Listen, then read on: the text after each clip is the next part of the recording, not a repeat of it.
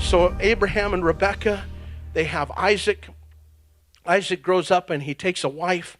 Her name is Rebekah, and Rebekah gives birth to Jacob and Esau. And these brothers were about as different as two brothers could be. Aside from the hair thing, okay, Esau liked to hunt. All right, he was an outdoorsman. He was a field guy. He had a lifetime membership to Cabela's, I was told. Jacob was kind of closer to mom. You know, he liked to stay home and watch the cooking channel. And so he learned how to cook. But the really big distinction between these two brothers was that Esau was the oldest brother, or the oldest son of Isaac. And in that tradition, the oldest son would always get the blessing. And we use that word a lot today, the blessing, you know, oh, bless you, God bless you, be blessed. We use it lackadaisical sometimes, but in this context, the blessing was contained in that promise that God made to Abraham all those years before, that in you and through you, all the nations of the earth are going to be blessed. I will make you a blessing. That was the blessing that God would pass from Abraham on to Isaac, and that would rightly pass on to the eldest son, and that was Esau.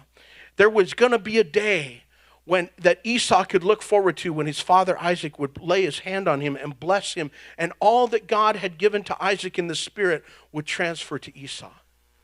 He was looking forward to that. And then, of course, in a physical, practical sense, he would also get the inheritance. He'd get the car, he'd get the combine, he'd get the land, the family name. You got the father's, authority. You pretty much got everything if you were the oldest son. But Jacob, the younger brother, he didn't like that deal at all. And so he decides that he wants the birthright for himself. And so he deceives Esau into selling him his birthright over a bowl of bean soup.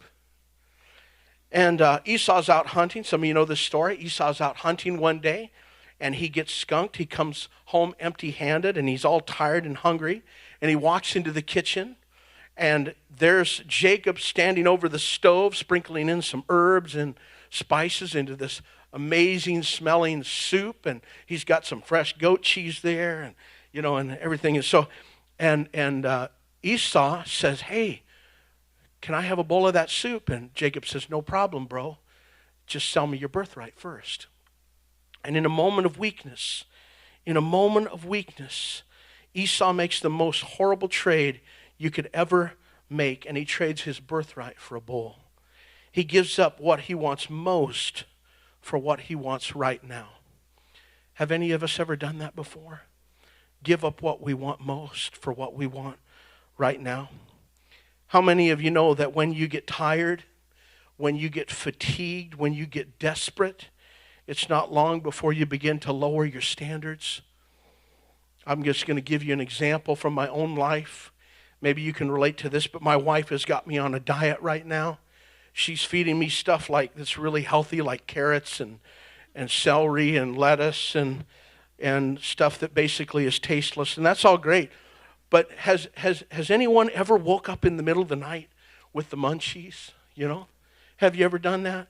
You're lying there in bed, and all of a sudden there's this grumbling from deep down within your stomach, and the midnight munchies, the horrible hungries, the uncontrollable cravings hit you, and your stomach crawls out from underneath the covers and gets up in your face and says, "We got to eat now."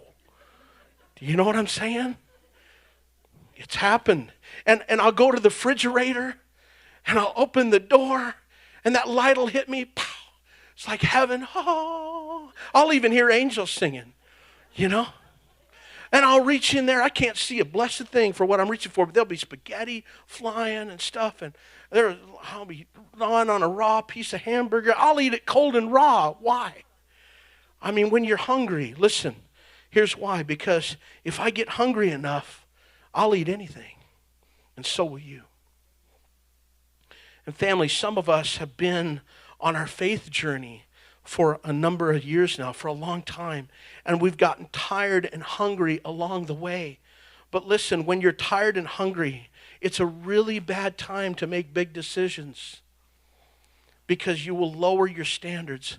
Some of you are thinking, maybe I'm never going to get married, and I'll just take this thing right now that looks like love. It smells so good, but God wants you to know it's a deception. It's a deception. It's a bad trade. Don't trade what you want most for what you want now.